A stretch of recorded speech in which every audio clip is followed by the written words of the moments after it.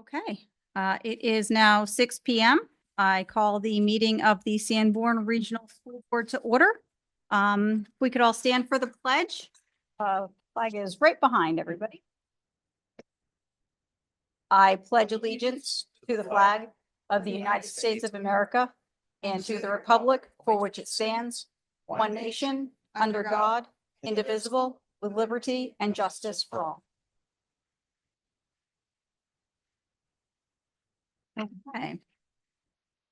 Do I have any action on the minutes for March 19th, 2025? Yeah, I'll make a motion to amend the minutes, Okay. March 19th, 2025. Yep. I had previously spoke to Phyllis, and Phyllis, as always, thank you for the job that you do, and I just wanted to make some corrections. Item number 10 on the agenda, or I'm sorry, from the minutes from last.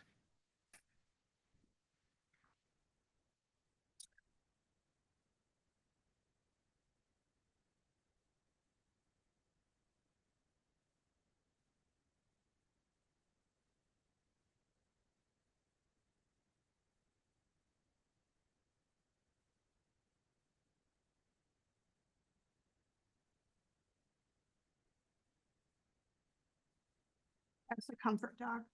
Yeah, no, give me 1 second. I apologize.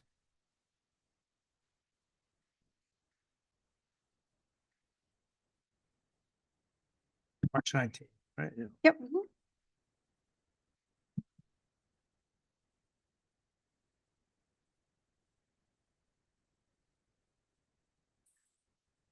So at 34 minutes and 15 seconds into the meeting, Tom Ambrose actually stated that he would create a Google Doc that has questions that can be answered publicly and just share that out with people. Dawn then actually stated she would include any emails she received and send them to Tom to put in a Google Doc, and Phyllis would then send them out. And then 8:05 and 8:06 at 1 hour, 14 minutes and 13 seconds in, the comments that I made were actually made after 8:05 and before 8:06. And then lastly, 1 hour, 31 minutes and 24 seconds into the meeting, I had asked to revisit resignations, stating we typically vote on that. Dawn stated we checked on that. And the last meeting they did not vote on it, and we are not required to vote on it. I then stated the board had requested exit interview information, and we consistently haven't gotten it. I made the request to have the information on a monthly basis moving forward, and we receive it from the administration. I also stated the last update we received was from Diana Rooney, and she left the district in the 23-24 school year. And those are all the corrections I have. Thank you.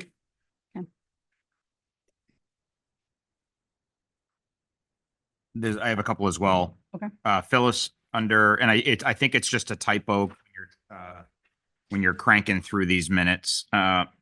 It was, let's see, the first public comment. If you just look to the very last sentence of that first public comment, it just keeps repeating the same thing over and over, and there's no complete sentence there. Yep. Yeah. No problem at all. No problem at all. And then on item number 8, the public comment number 8, we had a resident question Tom about his time in the Sunny Instep room. And if we could include Tom's response there, which was, I did a walkthrough. Thank you.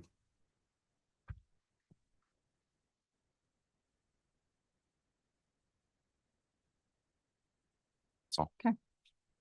All right. So I have a motion to amend from you, correct? Correct. And then do you want to amend your motion to include his amendments? Yeah, sure. I'll amend my motion to include Jeremiah's corrections. Okay. All right. Do I have a second on the amended motion? Second. Okay. Thank you. Any further discussion? Yeah, I guess I kind of have a question. I don't know. Without watching the video in front of me, I'm not sure if there's anything that maybe we're asking to add that maybe there's more than that should be added. So I'm just not sure how I should vote because I don't remember the exact events, and it seems like we're trying to get the exact events of what happened. So I'm not sure if I go through after and what if I see something that, okay, we've added this, maybe we should have added this. I'm just questioning what is I'm not sure how I should really vote or what the repercussion is of amending the minutes like this. So that's a great question. I went through the meeting and watched it several times. So the first one the correction I made was 34 minutes and 15 seconds in. I agree. You may not know that. The second one was 1 hour, 14 minutes and 13 seconds in. And that was just moving my statement to where it actually occurred.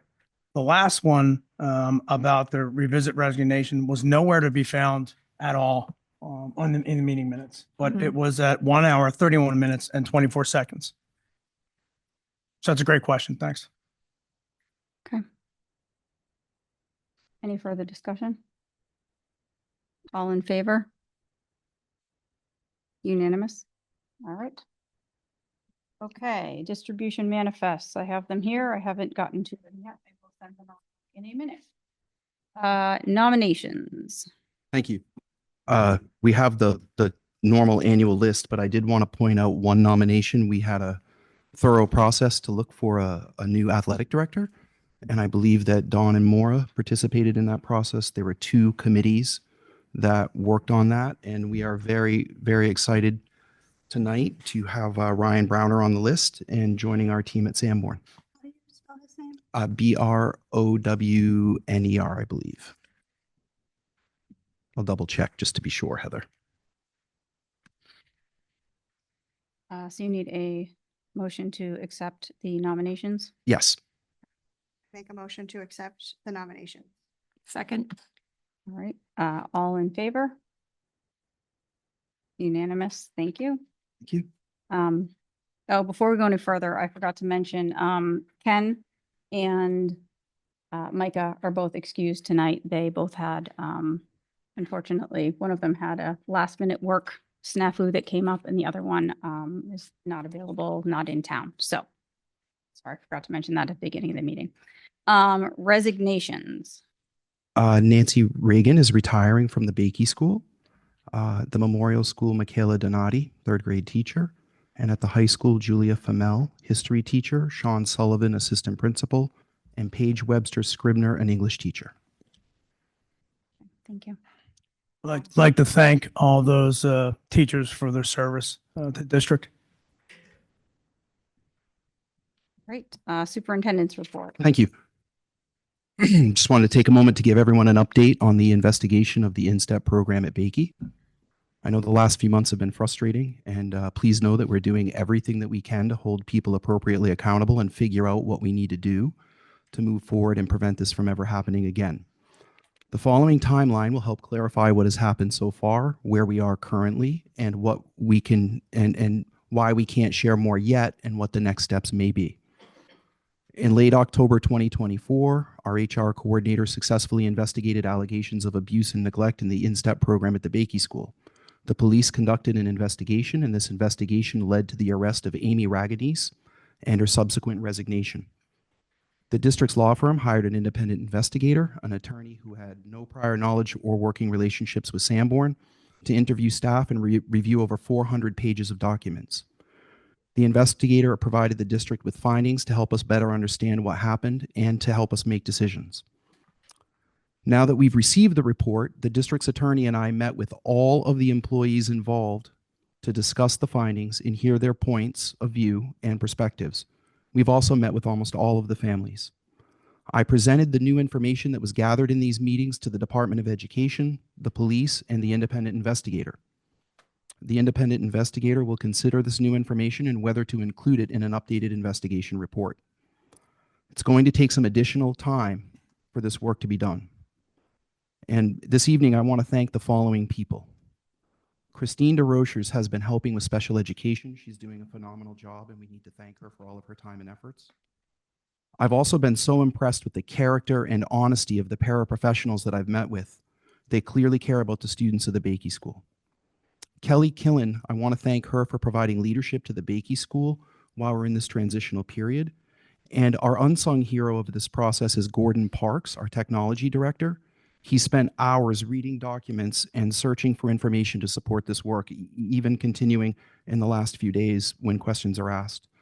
And last but not least, and most importantly, is Joanne Hamer for doing an unbelievably fantastic job running the InStep program at Bakey, which I've been visiting daily since I've conducted the interviews that I needed to conduct. It's impossible to put into words the level of remorse that everyone feels. The central office team and the staff at Bakey want you to know that they are very sorry that this has happened. And if you would like to sit down with me and share your concerns or perspective, please don't hesitate to reach out to me. My email address is tambrose@sau17.net. Thank you. Can we ask any questions about that report? No. I'm sorry? Oh, so there's no questions. Is that what I heard? Not right I didn't hear you, Tom. Did you say no questions? We haven't done a lot of things before. If you're not comfortable, that's fine. I'm sorry? I'm sorry, you're fine to answer questions? Are you fine to answer questions? Can we move on Okay. to committee All right. reports? Thank please? you. Thank you. All right, so policy, personnel, finance, facilities, public relations, ISA, SST, budget. Do I have any subcommittee reports tonight? Did you want to talk about facilities and finance at all? If you'd like to, you could. You're much more versed in it. Yeah, I mean, we haven't had, Jeremiah hasn't been able to join us, unfortunately, because of his work schedule. And we have been talking about, we'll talk about the bus contracts a little bit, some maintenance equipment. There was a substantial list of questions that I had on manifests, 1146 and 1147. That I didn't get answers to. I made Matt aware of that this evening. I made the request last Friday. For some reason, he didn't get that request, but he does have it now. So once I have those answers, that would be most appreciated. No rush, but thank you. I think that's all I have. Thank you. All right. Any other subcommittee reports? Do you want me to give the update for policy? Yeah, do you want to do that? So the policy personnel meeting was today, and we reviewed policy EHBER, which is local record protection. So that's just a local of what records we keep and how long. It's a pretty standard policy. We have EHB, but we needed to match EHBR. I also recommended that we bring policy BEDH to the policy committee for review. That is the policy about public comment and what we have for public comment and how we utilize that now. So we're going to be reviewing that with the NHBSA. NHSBA. A lot of letters. We'll be making sure that we will make some changes to our public comment policy. We just have to follow the law and they will give us that information. And then we reviewed some job descriptions, principal, special ed teacher, special ed paraeducational, school counselor, director of student services, and school nurse, and we approved those to HR. And we do not have another meeting scheduled at this time. Thank you. All right. Anyone else?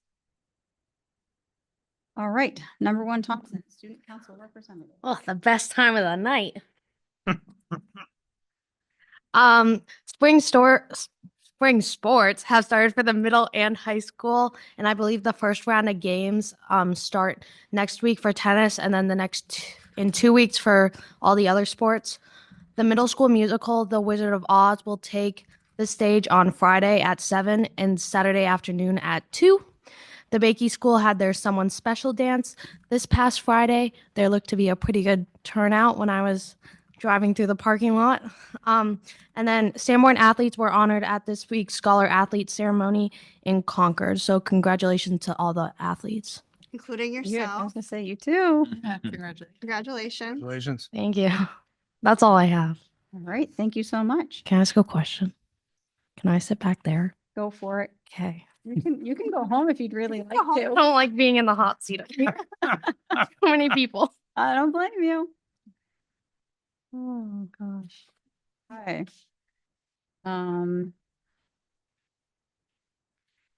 First, public comment. I'll just kind of remind everyone like I did last time. Um, Did you want to? yeah, when we go into public comment, you have to either be a Newton, Kingston, or Fremont resident, have a student in the district, or be an employee of the district. We cannot, let's see, trying to skim through because it's a long one.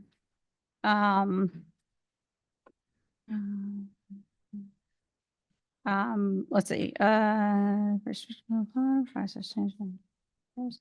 school boards may reasonably restrict public comment that disclose, public comments that disclose student personally identifiable information, teacher personally identifiable information, or other confidential or privileged information. We do limit the time to 3 minutes per person, to try and make it fair so everyone has a chance to speak. So just, just to remind everyone, the reason that you're not allowed to, the students or district employees is to make sure that nobody gets in trouble and has a defamation lawsuit against them. So it's to protect everyone. And so at this time, I would like to make a motion to, I guess, Waive policy BEDH. well, to remove the time limit and The agenda. allow, yeah, in the agenda item only, part of policy BEDH for this evening. Second. Or do you need one of us to make that, Chair? Nope, I can make it. Okay, I second that motion. All right. Any conversation? Yeah, I've been reviewing BEDH, and I think the ultimate goal is to continue, in my opinion, continue to waive this until the time the policy committee has a chance to review it and make some changes. I don't, and maybe you can point it out. I didn't see where it specifically says it has to be on the agenda. It's a great question. I didn't look at it that Yeah. close. I think that was an assumption, Okay. All right. and I could. Then we will just could have remove missed it. the time limit. That's all I had.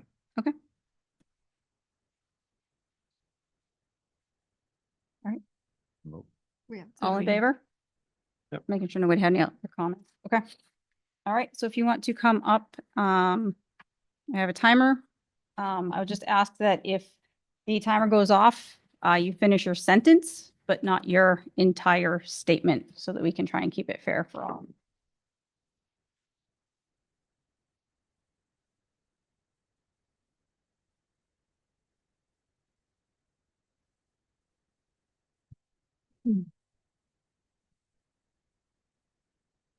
My name is Genevieve Bergeron. I'm from Kingston, New Hampshire. I had 2 children in the district for Sanborn schools, and now I have none. They go to the charter school here in town. And I'm going to tell you why. I'm usually really good, but I'm really mad.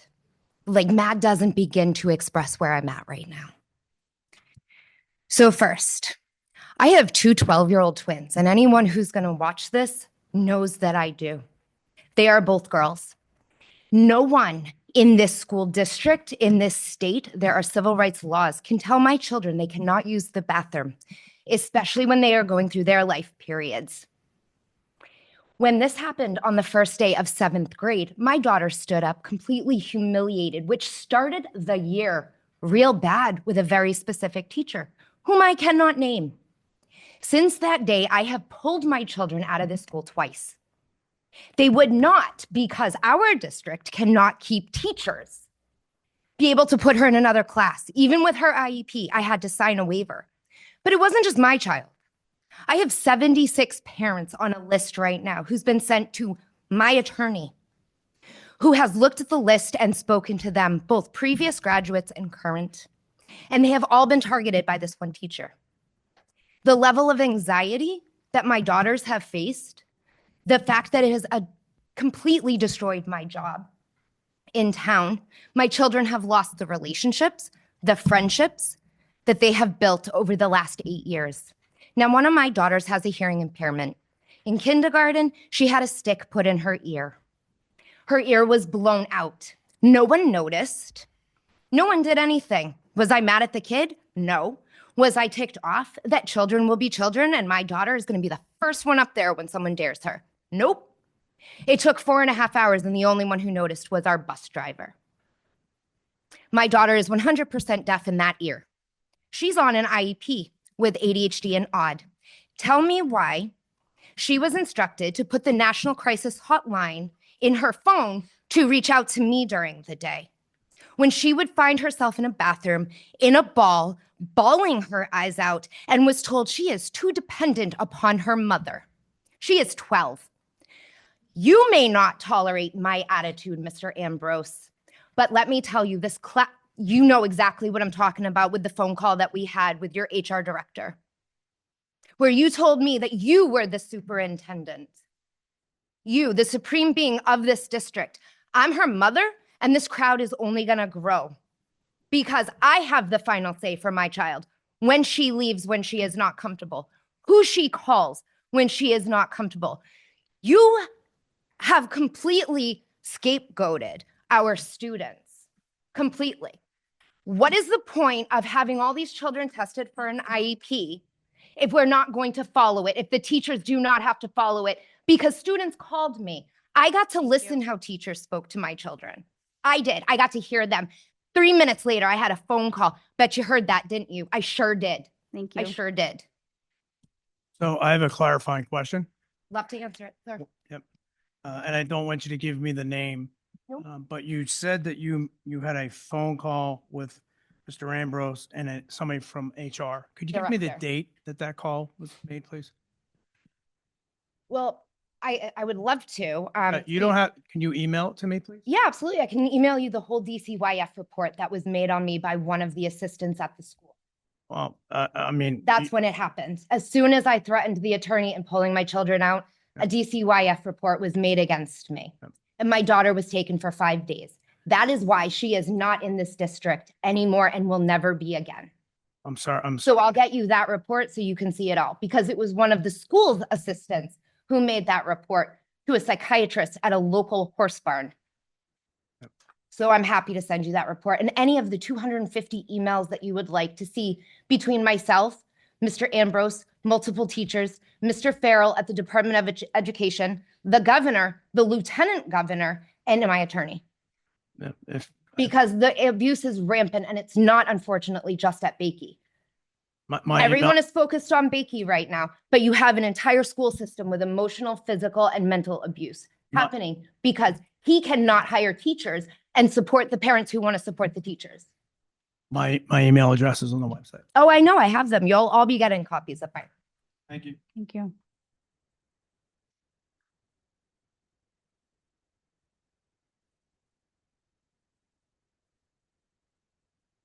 Wow.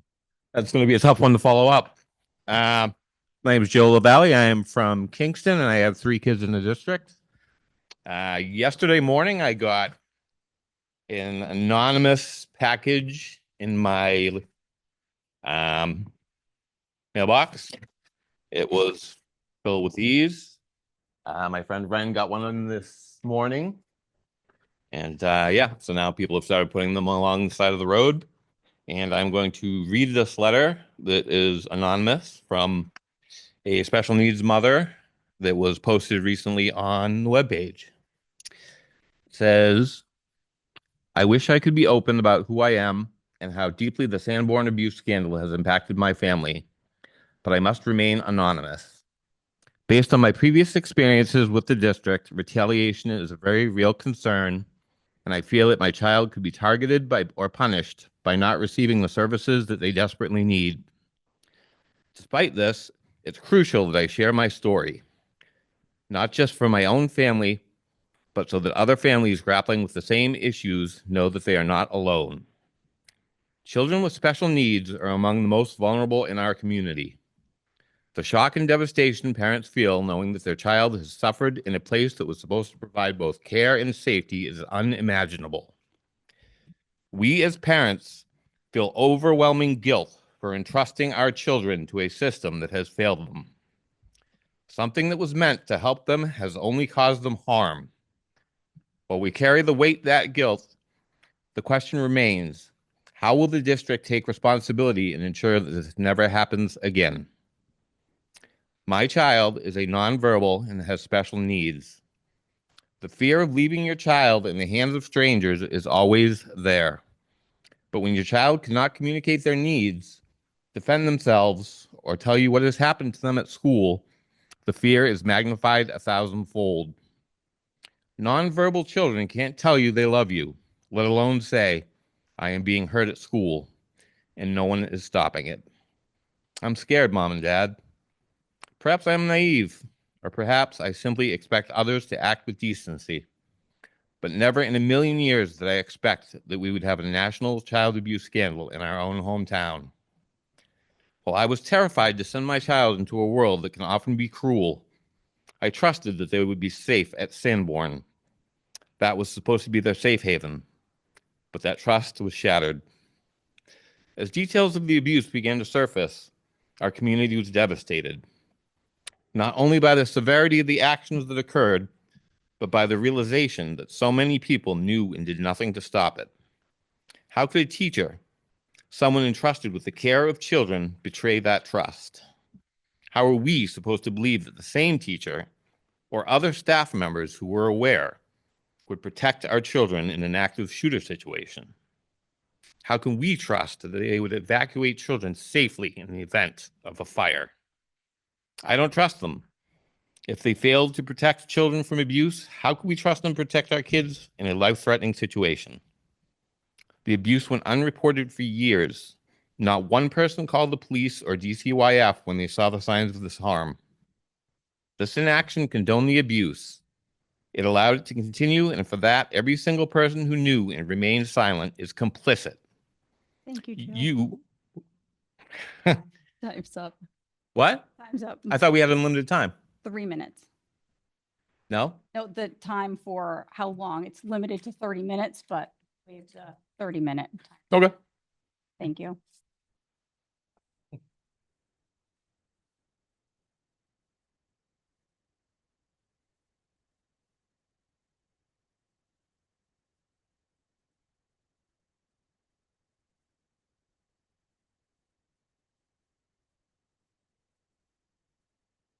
I guess I more just have a question. My daughter is deaf, cochlear Sorry, could you implant. just state your name and? Oh, Brittany Winecoop. My daughter, Julie. I don't know if we're not supposed to say that, but Oh, what town? Sorry. Yeah, sorry. Kingston. Kingston. Winecoop. Wynkkoop. We moved here last year, signed her IEP. Everything was great. After I signed it, the only teacher that cared about her informed me that ASL was taken out of the IEP. I would like to know why. I would also like to know why every time I asked for it back, I was told that my deaf daughter does not need ASL. And I was told it's not in the budgeting. So why can the budgeting afford all of these salaries, but not ASL, which my child needs to hear? Okay, I would like that because I was told many times, my husband was told that he had no right to talk on behalf of my daughter as well. So I would also like to know about that as well. We would like ASL back. We tried everything. The teacher that tried to fight for it to come back had to leave, like so many of the other teachers. She was forced to leave.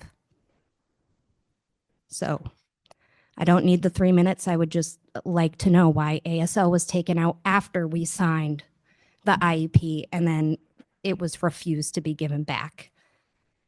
Thank you.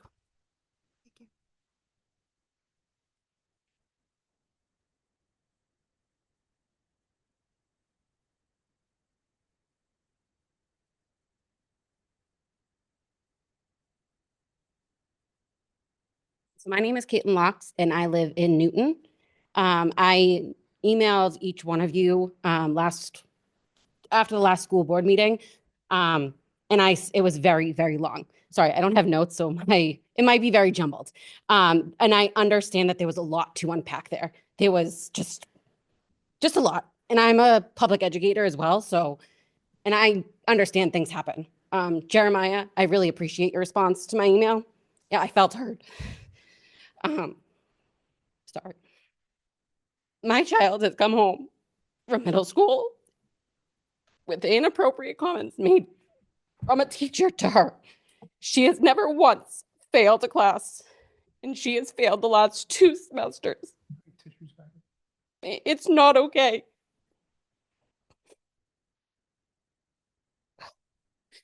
Something as small as one of the things that was said was the requirement for teachers is to be able to make a comment on each academic area. My kindergarten child has not had one comment in any of her report cards since she started. I have no idea what she's doing in class. I requested a special education evaluation in which the teacher responded, "What are your specific concerns?" So I can make the observations and assessments to address those needs. As a parent, I shouldn't be doing their job for them. I requested specific evaluations. She should be able to bring those observations without me telling her what to look for. My child IEP has not been followed. The accommodations have not been followed, and she's failing. I have had this concern since November, and it has not been resolved. Mr. Ambrose, you were meeting with the team yesterday, and I was supposed to hear back after that meeting. I have heard nothing. So that's all I have to say. Thank you. Thank you.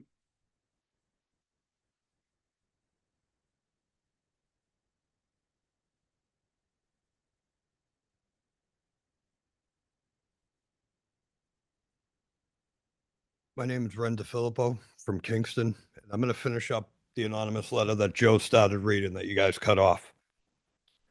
Since I no longer trust anyone in this district, I question the body language, the tone, the actions of everyone in the school, whether at the Bakey, the superintendent's office, or any of the paras who witnessed this abuse and did nothing to intervene.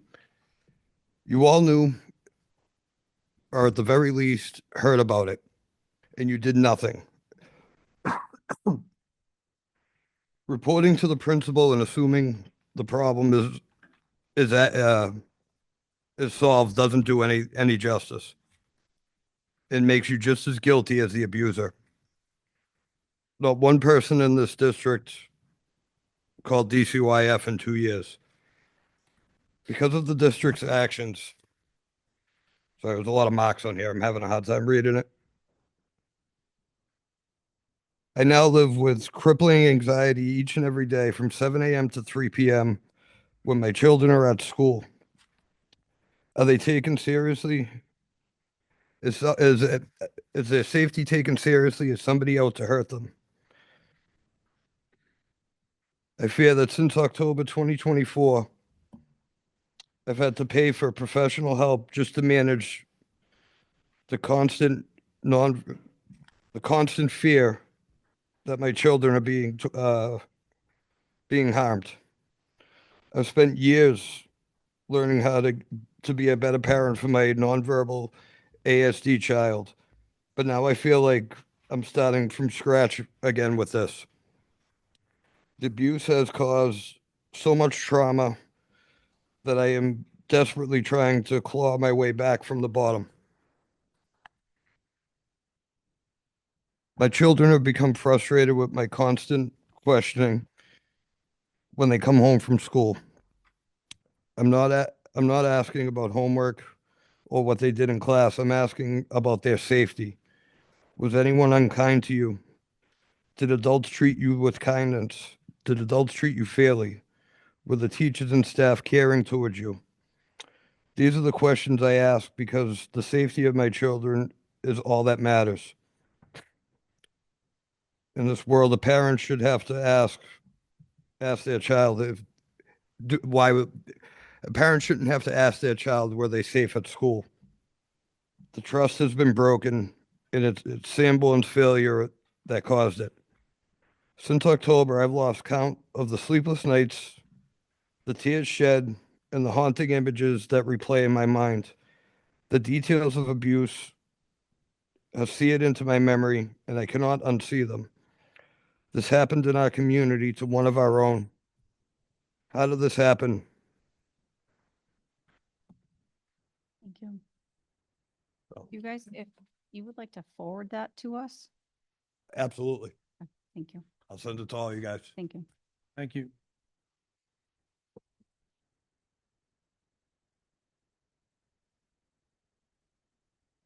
Ken McNulty, Kingston. I am demanding the resignation of Superintendent Ambrose effective immediately. If the superintendent refuses to resign, I am demanding the school board terminate his contract effective immediately for a dereliction of duty as it relates to the culture of this district, created by Superintendent Ambrose's leadership, that led to the physical abuse of children in our schools to go unreported or addressed for over a year. It is your duty and responsibility as elected school board members to represent the interest of the community that voted you into your position. It is clear that the community needs to see significant changes made at the top of this organization to rebuild the structure and the culture of this school district to one that we as parents and community members can start to trust again.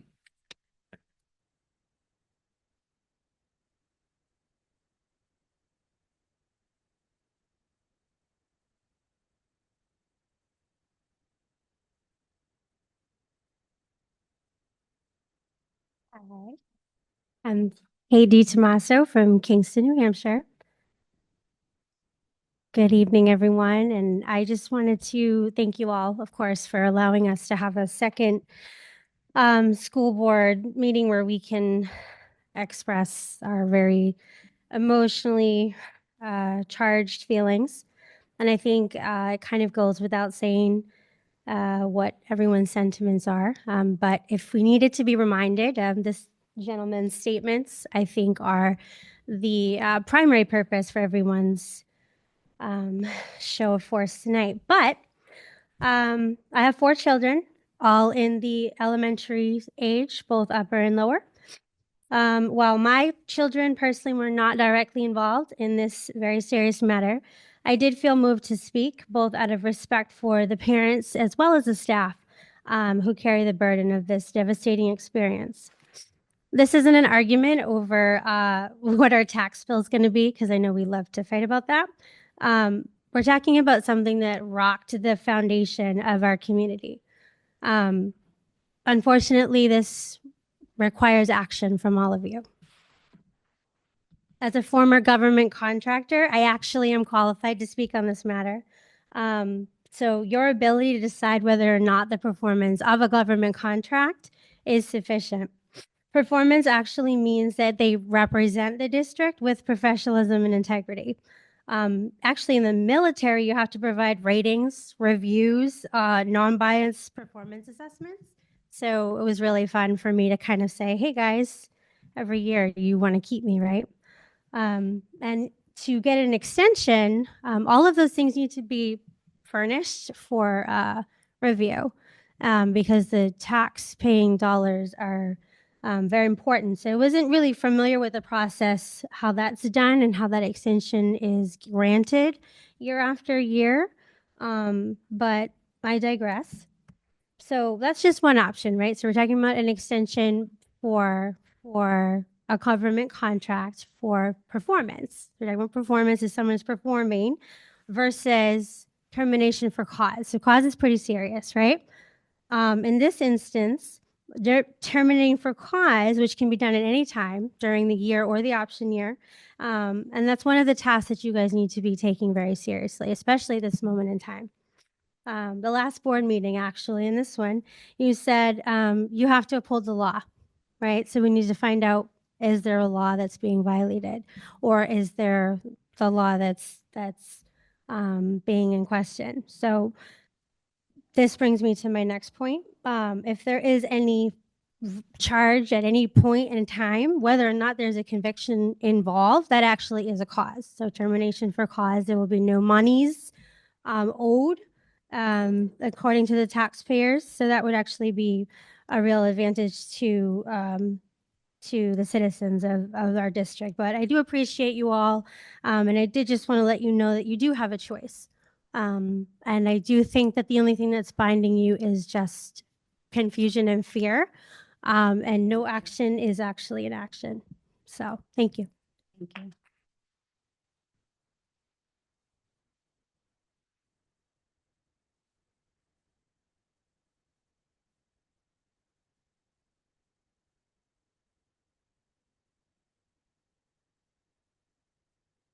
Hi, Kelly Cullivan from Newton, New Hampshire. I had absolutely no intention on speaking tonight on any of this. I've kind of just been sitting back as my oldest has already graduated. My youngest will do perfectly fine through middle school. But my question that I keep asking myself, when I walked in here tonight, I heard Mr. Ambrose stating something about everything that's going on. And I walked in a little bit late, so I apologize, but stating something about meeting with the families that are affected and who else were you meeting? I truthfully don't remember. It was families, other people, what have you. Why is Mr. Ambrose doing any of that? Has no one looked at his fault in all of this? Is he investigating his own investigation? He's talked to the teachers, he's talked to the parents. Why is Mr. Ambrose conducting his own investigation?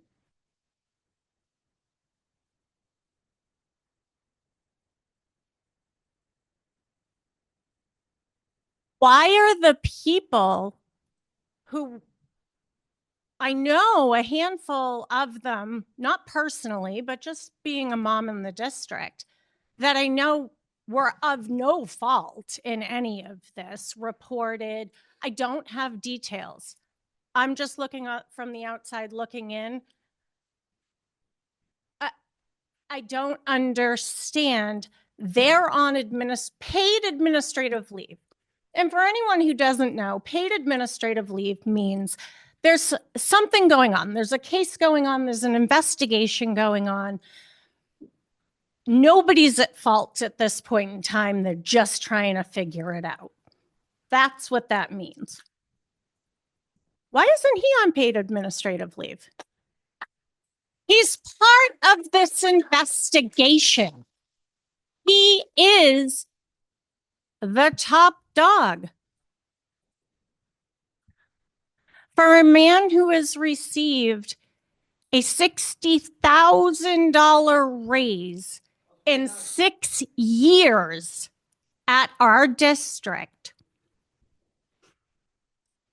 and you turned around and extended his contract another 7 years. 7? Was it 7? Was it 6? Okay, thank you. I'm wrapping up. When you already knew about the abuse at the school, why would we extend his contract before you knew what his role was in this investigation that he's doing on himself? Thank you, Cal. Thank you. Not going to speak. So Yeah. to clarify, we had no idea anything was going on. I mean, we didn't Well, know anything. Yeah, I think to be very, The board yeah, was not aware. yeah. Yep. So here's what I'll say is, I would ask that we remain in some kind of order respectfully, because, the whole purpose of us doing away, or my purpose of doing away with this whole limiting on speech is so we can have order and you can speak. So please Hi. do that. 1 second, please.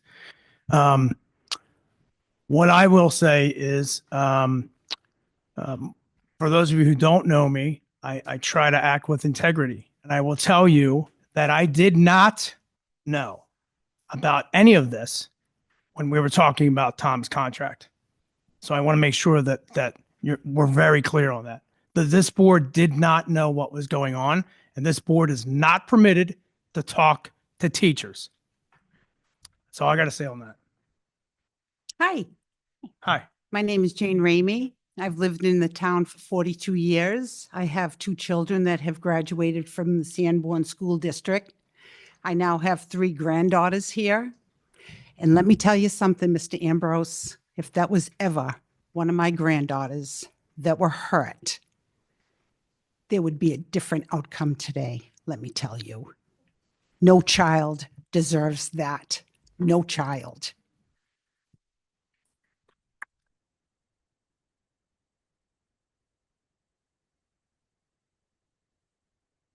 Ina Monero, Newfields, New Hampshire. I guess I have a question for you. Why was the board not notified?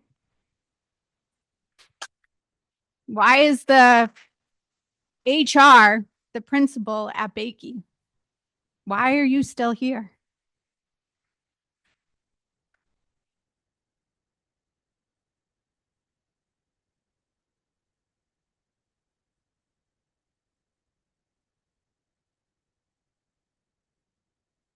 Megan Hogg, Newton, New Hampshire, 2 kids in the district. Actually, I took I'm one sorry, out. could you She's at the repeat your charter last school. name? What was that? Your last name, I couldn't hear. you. Hogg, Hogg? Hogg. Thank you. We're standing here screaming in every way, shape, form that we can for change. Your first initial statement tonight, you said, oh, we've never done that before. And you answered no questions. We're asking for change. Answer a question. Do anything different, because what you're doing right now isn't working. Nobody wants you here, so what is your purpose? What is your backbone? Is it your paycheck? Because you don't have one. You don't answer anything. And you don't inform your board about anything. You've made that clear as well. You should go.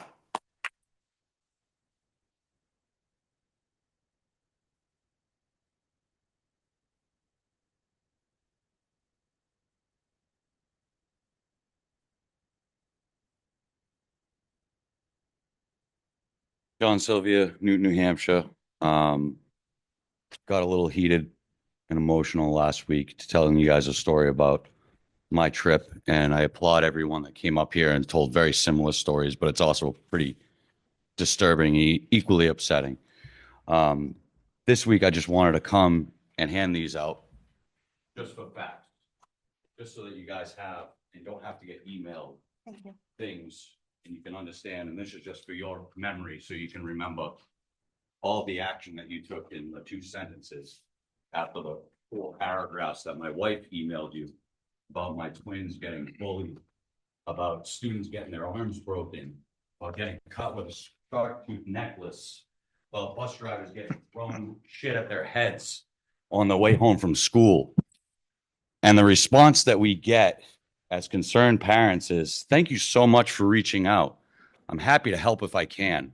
Have you had a meeting with Dr. Childs after we outline the 4+ meetings over 6 months that we've had with the principal, the vice principal? And I just like to note that all the higher ups that I dealt with since, what's the date on here? October 2023. So even prior to this lady with the child with IEP that's not being followed, all the people that are involved in this case, with her case, him, it's the same people. And it's dated right here in black and white, October 30th, 2023. And we had been dealing with it for 6 months. We didn't even know that we could fill out a report to make this stop. And only after that did he get switched out of class. All right. I mean, we sat here last week and we listened to this definition of what the superintendent is. And none of it had anything to do with integrity. All right. It was deflect, deflect, deflect, supervise, and delegate. You didn't even do that. You couldn't even do what your job description that you read was. Okay. And I hope you're looking for another follow-up email to my wife, because you're not going to find it. It didn't go to spam, buddy. Okay? The student of concern from October 2023 for 6 months is still actively an issue. No suspensions, no major consequences whatsoever. Still allowed to mingle with kids. Broke a kid's arm. And are we sitting here saying that, like, he's good at delegating? Because let's just go back to the facts of his job description that he read last week. He delegates responsibility. His track record since October 2023 and 6 months prior is garbage. Absolute garbage. My wife volunteered at the school consistently last year. Consistently. Saw firsthand a lot of these instances. Saw the BS and the lack of the lack of any action. And I understand my 3 minutes is up and I will cut it short, but I'm still pissed off and I still want to see change. And you know, he sits here and talks about reaching out at the beginning of this meeting. We've been reaching out. Where have you been?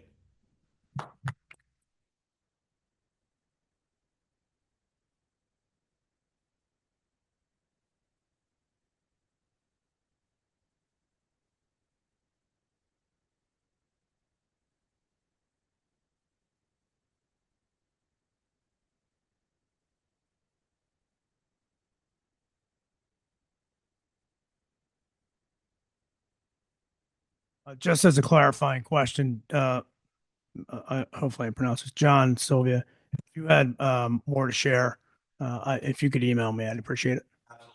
Thank you.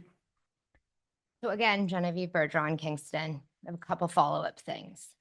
So first thing, the transparency between the teachers, the administration, the school staff to the parents is non-existent, and it's crap, like minimum crap. We don't find out things until after the fact, or we find out from other parents and other children. Or if our children decide to tell us, then that's what we find out. That's when we find out. First. Second, I've heard teachers talk to some of our kids, mine included, mortified. Within 3 minutes, she was on the phone to tell me, I bet you heard that. I did. Third, I reached out to get my children's cumulative records and disciplinary because every day my daughter has been pulled out of her math class, both physically and escorted. There is not one disciplinary record for my daughter. They tried to give her detention for getting up, which is in her IEP. She can take a little walk. There is no record of that. I declined her having her detention. On top of, we are unable to keep any talent in this district because we are not allowed to support those teachers that work for you. I tried. I bought the books. I spent $1,500 on a set of books to help my daughter. They were not allowed to be used in school, even though it's a publication through an educational resource. My daughters have private tutoring. Why? Because now that our special education district or director has been removed, resources are now thin across the board. So even at the charter, my daughter has now lost her ELA and her math because there's not enough resources or people to take care of that. What is the monetary value of each IEP issued in this district? From a fiscal standpoint, because this is what I do. What is the monetary value and what is the number of children on IEPs within this district? And how many of them are failing classes because they cannot get the services, the patience, or the courtesy from the teachers who are supposed to be? I have every single ounce of my heart go out to the parents of the Bakey students who were hurt. But the abuse goes far longer and far deeper than just the physical abuse that we now know about at Bakey. There is emotional, there is mental, and in some ways there are financial abuses taking place. Some of us work 2 jobs to live in a district that we are not comfortable sending our students to your school. It is no longer a safe place if you ask those students. They cannot go to the teacher because guess what? In my daughter's IEP, she has a line of people that she is supposed to be able to go to. And one of them every day removed her from class while listening to a specific teacher say, maybe she's autistic. My house, that's a damn superpower because my nephew has a full-on scholarship for his autism. My kid is so lucky to have a touch of that. I'm happy. But for it to be slurred at her as if it was a humiliating fact is disgusting because she's ADHD with odd. And if you don't know what odd is, it's oppositional defiance disorder. So if she is humiliated, she will react. I have sent you an email from the Department of Education from Mr. Farrell, who I was told, don't worry, Mr. Ambrose will take my calls. He's a good friend of mine. I was also told that I was impossible to reach despite for 2 years, I dropped my children off at school every day. Just thought you should know the rest. Thank you.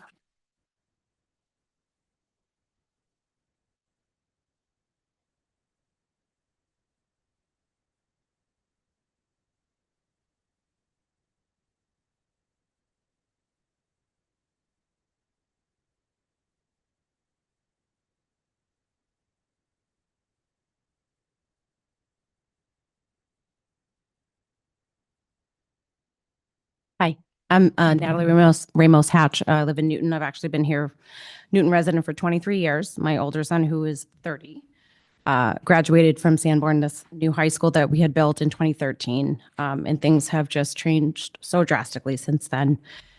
I actually work as a school nurse in Massachusetts for a private Catholic school. The reason why I was brought to that job was because I elected to send my then second grader to private school when things were managed the way they were returning from COVID. And it's just been eye-opening because the culture there versus what we're experiencing here is hugely different.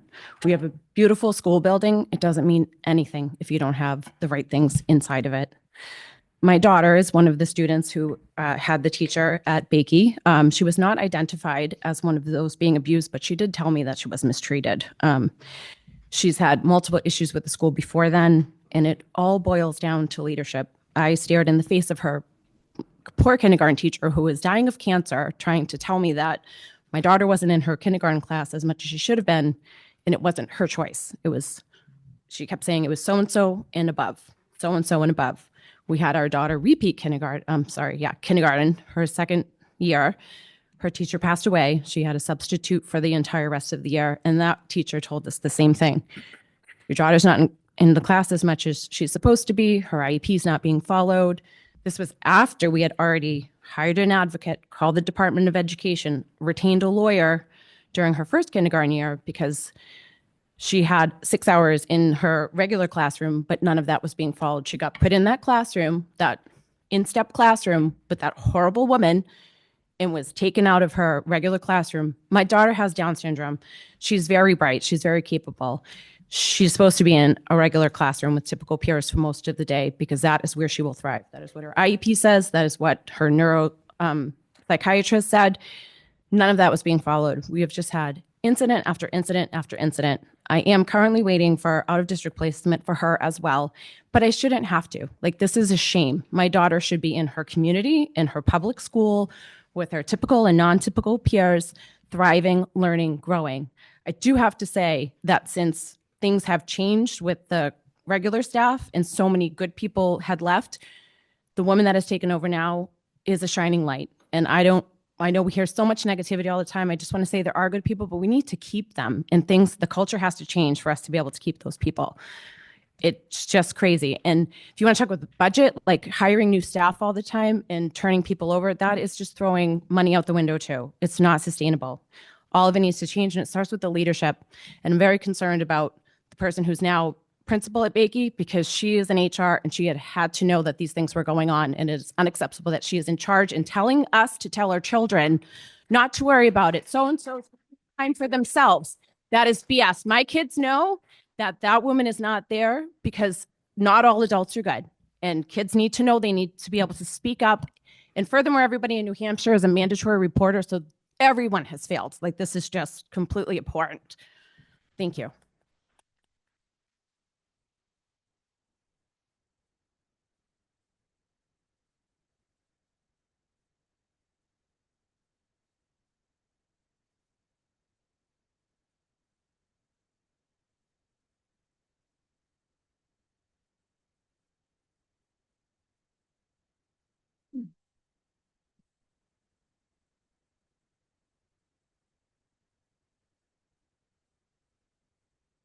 All right, if there is no further public comment, I guess we can go back to the agenda.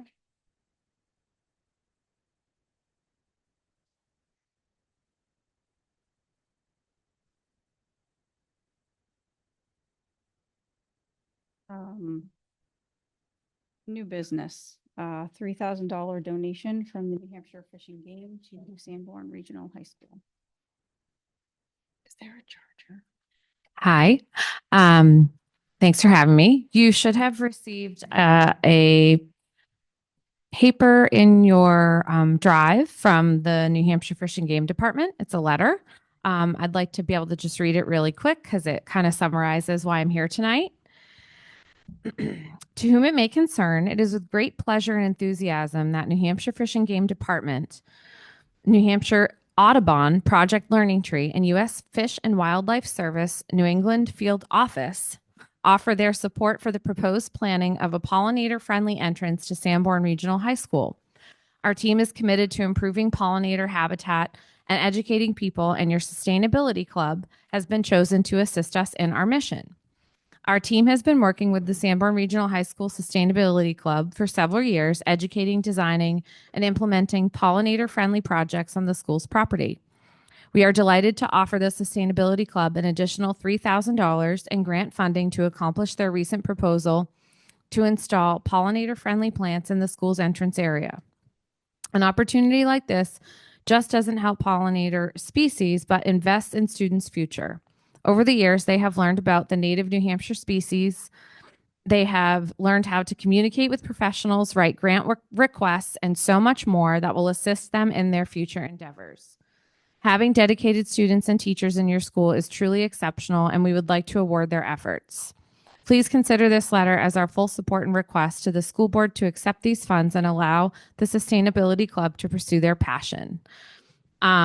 And just to give everyone an update, we already did a nice pollinator project. I know the facilities committee is aware, and they just installed the wood shop. It was an awesome collaboration, and they installed the beautiful sign that is now up over near in the beehive heading out towards that way. So you can see the different plants that have been put over in that area and wildflower so that the bees are pollinating. And they were hoping to, there's no commitment to where this goes, and we're going to bring a few proposals to the facilities committee to talk about where we could add to the pollination, the wildflowers really is what they're talking about, and some ground cover that helps support the environment here.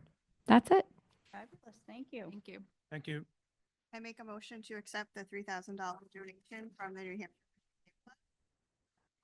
Oh, thank you. I'm very excited. Second. All right. Any comment?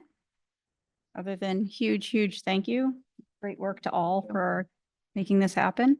Yeah, and I'd love to shout out Michelena Willis and Miss Petruzzi. They are sort of, the teacher and the lead student of the Sustainability Club. So it's really been a lot of work of that club. So they're doing good things. Thank you very much. All right. So all in favor? Unanimous. Great. Tuition rates. Yep, that's me. So tuition rates for following school year, 2026. There's a document in the school board packet. I'll just read the brief description and then read the tuition rates for next year, which at the end, after discussion, we'll need a motion from the board to approve it. But so the document states below are the adopted tuition rates for the current fiscal year, as well as the calculated tuition rates for fiscal year 2025-26, which is based on the prior year DOE per RSA 193.4, the maximum tuition rates per policy. The Fremont tuition for fiscal year 2025-2026 is based on the Fremont tuition agreement, which was calculated using the Department of Education formula for determining annual cost per student for the ensuing school year, meaning next year, 2026. Listed below is the range the tuition rates should fall between based on the policy of the district. The first row includes the current year tuition rates that were approved last year. Next row are the 2025-26 adopted budgeted rates, which for the elementary school would be $24,631.37. The middle school, $23,416.77. And for the high school, $21,916.41. The following row is the maximum rate per our policy JFAB, which is 110% of that. So just take the previous amounts and multiply by 110% for the maximum. And the final tuition rate on the document is the Fremont contracted tuition for next year, which would be $27,094.47. Are there any questions from the school board? Okay. Again, the adopted rates for next year from the DOE 25, which has already been filed and submitted and approved by the DRA. Make a motion to approve the tuition rates for 2025. Second. All right, if there's discussion, all in favor? Unanimous, and speak. Transportation company selection. So this was supposed to go through facilities finance tonight. Unfortunately, we did not have enough present to be able to do that. So it will be up to the full board to I can give a quick update if you Only want. say, Yeah. then we can make an educated decision, all the information. So hopefully everybody's had a chance to review it. Can. Let's see if people have questions. Okay. Yeah. Yes, so just so the public knows, prior to February break, a request for proposals for regular education transportation services busing was published. The district's current contract is with Salter Transportation. That ends on June 30th of this year. During the March 19th Finance and Facility Committee meeting, the committee reviewed the initial requests for proposals from three companies that submitted. The base contract is for busing to and from school, busing to and from the Seacoast School of Technology in Exeter, as well as a daily late bus for Kingston and Newton students. Again, the three companies bid: First Student, Salter, and the coach company. The board has that information in the packets. However, based on the conversation with finance on March 19th, the committee asked me to gather some more information, do some site visits, check references. And while we did not discuss it tonight at finance, and I do have some information, but we may have to, if you want me to explore it with you, we could have to do it non-public because it's contract. But based on the references, other information I found, including overall cost of the contracts, I'm very confident that in recommending the coach company for our next bus company. I'm not going to elaborate in public now as to the reasons why. I'm happy to share it with the board because it's a contract thing, and don't want to compare and contrast three companies publicly, but I'm very confident. Their bid was great. It was comparable to one of the other companies, but their references and everything else just met our needs as a community. I think they'll provide great service for everyone in this room. So I'll make a motion to approve Coach as the bus contractor for the next fiscal year. And Rick, you are on the finance committee too, so you've seen some of the. Yeah, I mean, you second it? I was seconding it. So Yep. discussion. So First of all, thanks, Matt, for going and making the visits. Matt can't comment on everything that he accomplished during that visit, but it was a definite add value visit. I think what we can say in public about not talking about contracts and or fees, we can say that we've experienced as a district busing issues. And that was one of the specific things that Matt was asked to address when he did his site visits to check out the fleet. what kind of service response times they had, what kind of methods they had for recovery. And a lot of those things weighed into the decision for us to move forward with Coach. So thanks again, Matt, for doing that. Yeah, thank you. Thank you. Welcome. Very, very detail oriented, which I appreciate. Yes. Very, very much so. Picture says 1,000 words. All right.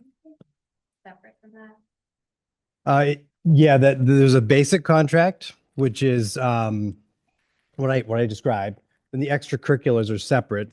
So each of those companies provided a per mile rate, a wait time rate, like how many miles to get to a place, and the driver has to sit and wait. And then also, what was the third component? I think that was it. Mileage. Oh yeah, yep. And references were checked out very well, and they had many. All right. There's no further comment. All in favor?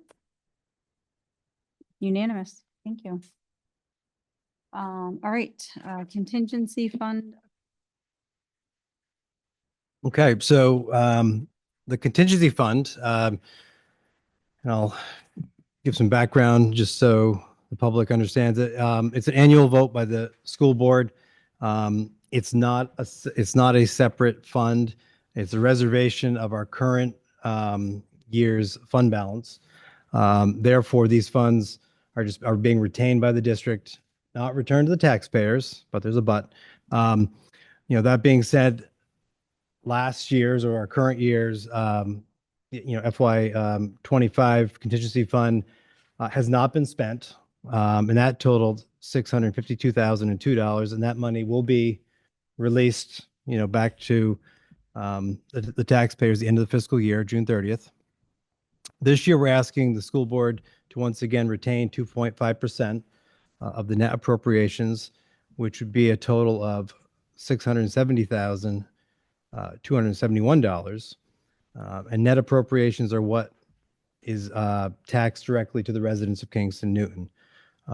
Since last year's contingency fund will be returned, this year's contingency fund only represents an $18,269 increase over last year.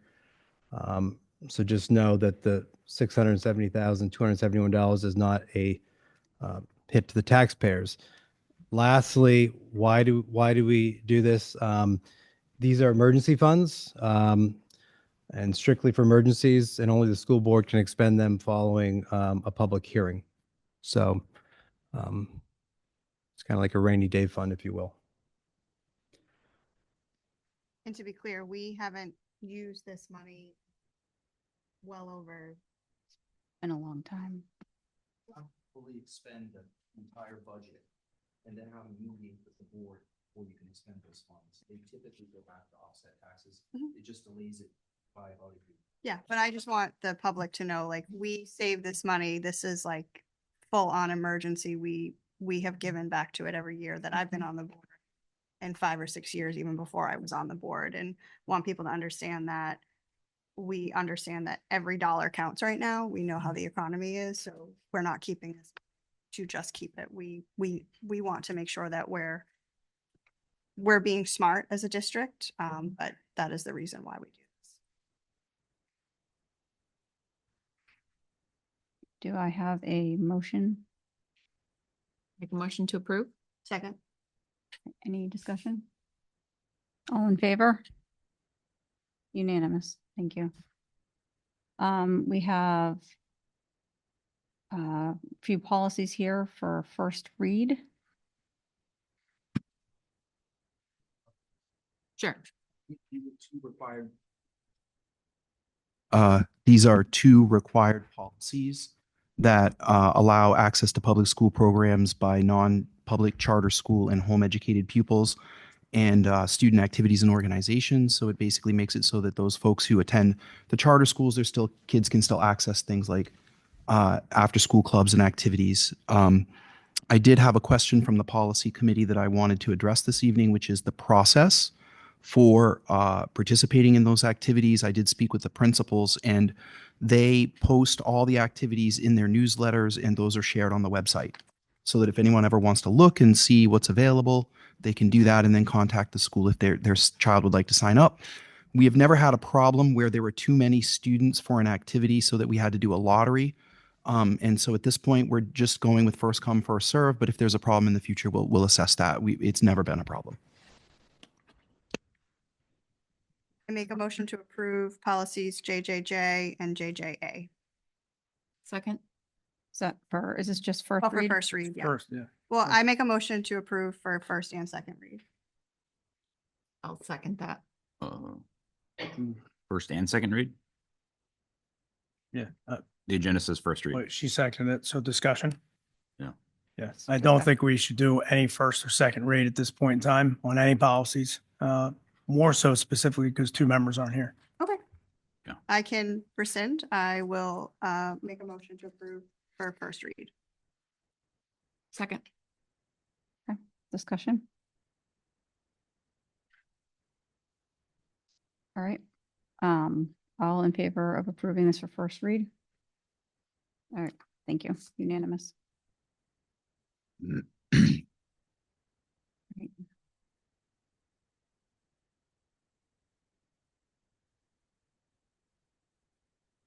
Policy chief. So is that JJJ and that was JJJ and JJ? Yes. Sorry. Yes. Yeah, JJJ and JJA. Yeah. Sorry. Mouthful. I was just making sure I had that right. Okay. GBA, equal opportunity employer. Yes, we have the two policies compete, and I am working to prepare the Title IX policies, but I did find out in the work to prepare those policies, the GBA is redundant with AC, so we just need to repeal GBA in lieu of AC. So which one, sorry, I'm confused. Which one are we keeping and which one is going away? Thank you. We need to repeal GBA because we have AC. So is AC on the agenda just as like a, just so you know? There are some updates to AC that were included. They're pretty minor. So then we're So going we need to repeal I would actually reverse this and adopt AC and then repeal GBA. But so we would need to approve it. That's fine. Okay, I make a motion to approve policy AC for first read. Second. All right, any discussion? Yeah, I'm a little confused. I think AC violates the law. So Okay. Yeah. So there's been a lot of changes to law regarding discrimination, and the one that you're trying to adopt violates the law. Yeah, I did reach out to our attorney about that because Yeah. there's a conflict, and then we can discuss this and we could table it and have that conversation. I just to be Jeremiah, I agree that there's two laws that are at play here. Yep. One is an executive order, and the other is the state New Hampshire law. Yeah. And so the question for the board will be, which one do we go with? I think it violates both. Oh, okay. Well, then let's look Yeah. into that and table it. Let's talk. Okay. Yep. I have been reaching out to talk about those two things, and, Sure. and I had notified Chair Dutton and sent her the statutes Okay. and the executive order to let her know that I was working on this issue. We have AC now. Yep. It's just a little bit different. Sure. And the problem was that GBA is superseded by AC. We're going to follow the policies that are congruent with the executive order until we go through all the Title IX policies, but that's a bigger conversation. Okay. So Yeah, if you'd I'd like to table and hold off, I'm fine with that. I'd like to have a better understanding of that before we start approving those on an ad hoc Okay. Yep. basis. Sounds good. Yeah. All right. So, we had a motion, we had a second, we had discussion. I will make a new motion to table GBA and AC for further discussion within the policy committee. Okay. Do I have a new second? Second. All in favor of tabling? All right, thank you. Thank you, Heather. Okay, full page 2025 yearbook ad for the school board for approval. This is something that we do every year for every class. So we just need the board to give the okay to do it again this year. And I believe, Phyllis, that is in the board drive, right? No. No. Oh, right. Do you want my quoteness? Okay.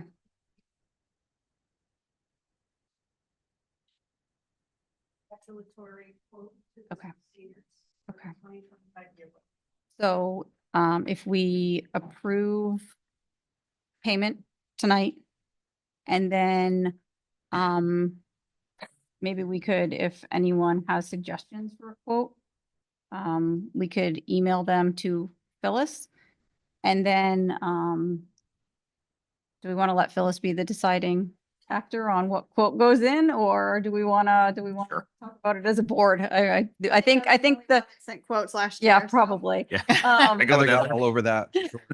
So, I know that they are very much on a time crunch for needing the quote. So, someone wants to send to Phyllis a quote quickly. I make a motion to approve Heather forwarding Phyllis a quote. Second. All right. Approving the 325. Yeah. The Second. 325. Okay. So I have a motion to approve the funding. Second. Any further discussion? All right. All in favor? Unanimous. Thank you.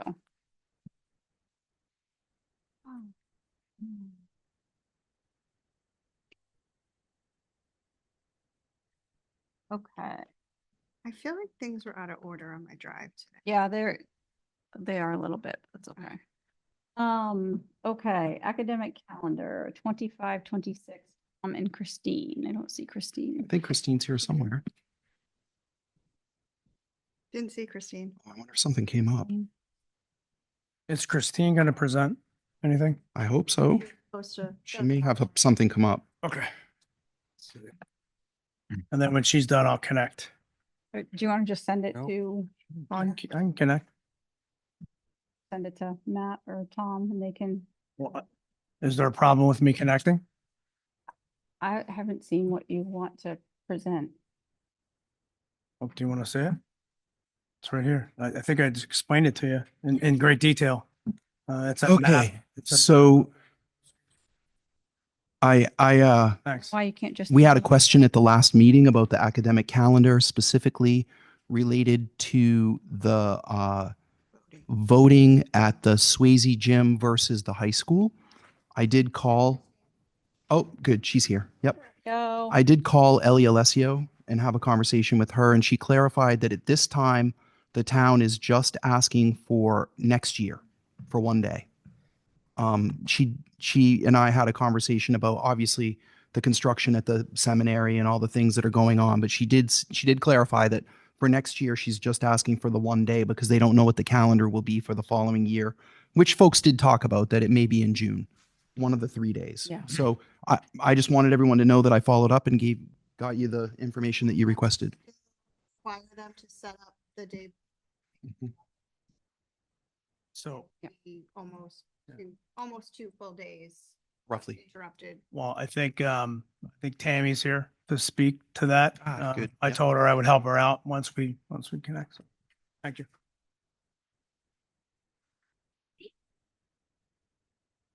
Good evening. My name is Tammy Bakey. I'm the town clerk tax collector. You can't just. I am requesting, oh, actually, I have copies of that map if you'd like to. Oh, yeah. Can we just hand those around instead? I'm just going to put it up so that people can see it because I don't know if we have enough copies. Right. This.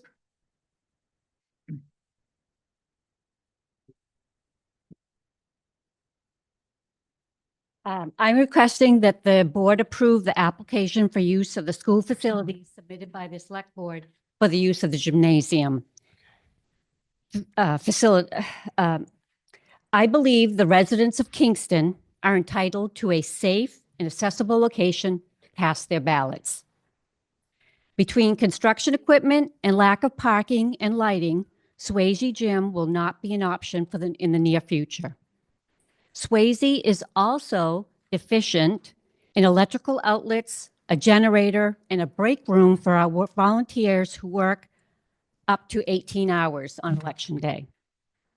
I have spoken with our highway agent, and he and his crew are willing to set up at the end of the school day and to come in early the next day to break down so that only one day will be affected for an election.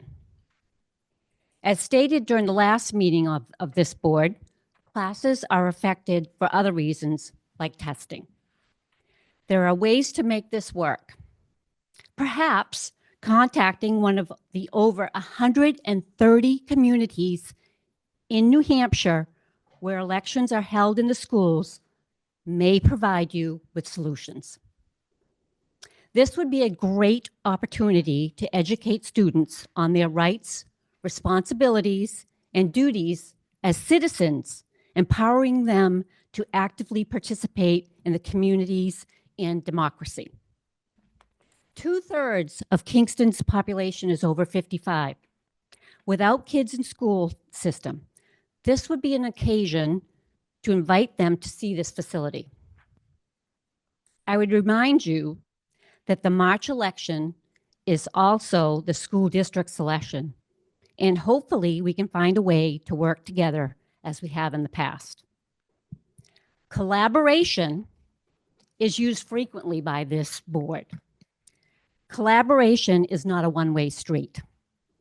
I would encourage you to allow the residents of Kingston who voted to build this beautiful facility to use this facility to cast their town and school ballots. Thank you for your time. Thank you. So, Dawn, the reason I wanted to put this up is you and I had a conversation, and based upon that conversation, I met with members of the Select Board of Kingston, New Hampshire, which I reside in. What you see up here is the approved plan, as of right now, the approved plan, March 12th, 2025, for the space where Swayze is. If you're not familiar with where Swayze is, it's right here. Okay. Last meeting, Micah I had made a statement specific to the future of the use of the gym, and I believe Micah, and rightfully so, said, we're not really sure what that future looks like. As of right now, this is the future. All right. The future is 39 total parking spaces proposed, with 4 handicapped. Now, there's an additional 24 spaces that are down here, but that's to service these 12 units, 12 housing units that are going to be put in there.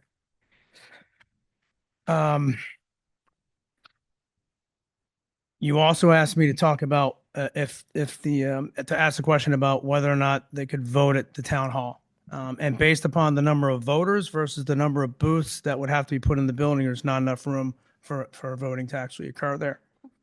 And I also learned something else, and I don't know if Tom can maybe clarify this, but members of the school board and moderators should be on site during school election. The town constituents actually handles this at no charge to us. Is that accurate? Should members of the school board and the moderator be on site? I have never have been asked to have school board members there. Yep. Yeah, the town has consistently done that free of charge for the district. So collaboration is a key word here. That's all I have. Thank you. And I'll just verify that my emails from Paul Goodwin are congruent with the video. Who's the head of Chinburg are congruent with what Rick showed. So that's the parking spaces at one time were considered to be 33 instead of 39, and we asked that they keep it at 39.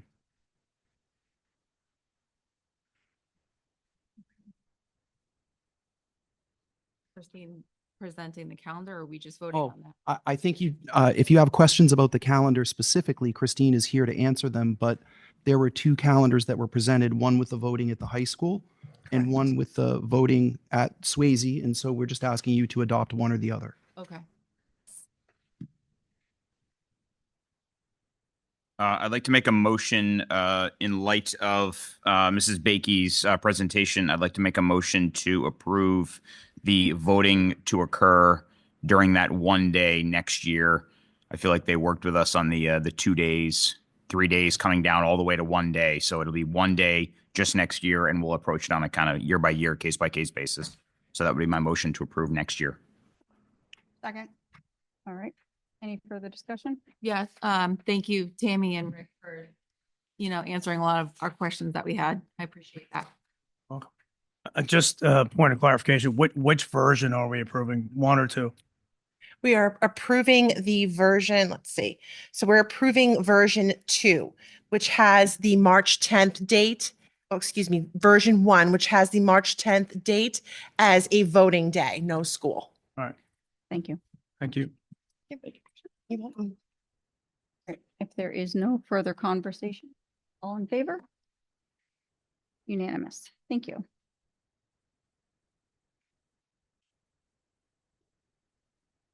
Thank you, Tammy. Thank you. And Christine, while you're there, would you Yes. like to do the NEASC update? I would, if I can get my technology to plug in correctly. If not, this is also located in your school board packet for the April 2nd session.